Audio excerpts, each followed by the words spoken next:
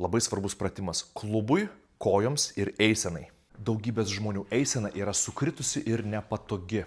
Žmonės velka kojas, negali savęs laikyti klubo ir dubens lygyje. Dėl nepasiskirstančių krūvių greitėja klubo degeneracija ir pertekliniai krūviai tenka keliams ir meniskams. Atsistosite ant vienos kojos ir atliksite štai tokį pratimą.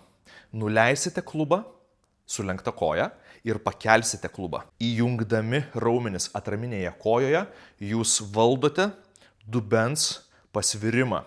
Nesistengkite judėti iš juosmens, tiesiog nuleidžiat klubą ir pakeliat. Nuleidžiat ir pakeliat 10 kartų vienoje pusėje, tuomet ant kitos kojos lygiai tas pats. Nuleidžiate, pakeliat. Nuleidžiat, pakeliat. Galite tai integruoti į kasdienę savo mankštą, laikysena tiesi ir atkreipsite dėmesį, kad pusės gali skirtis, pajėgumas skiriasi. Tuomet šį principą jūs galite aktyvuoti savo eisenoje kiekvieną dieną. Ši savybė leidžia dubenį palaikyti stabilų, perkeliant koją eisenos metu. Eisena tampa lengvesnė, siauresnė ir efektyvesnė, o visi krūviai pasiskirsto vertikalioje sąnarių grandinėje. Mažiau trinasi klubas, tolygesnės apkrovos keliams ir mažiau problemų stuburui.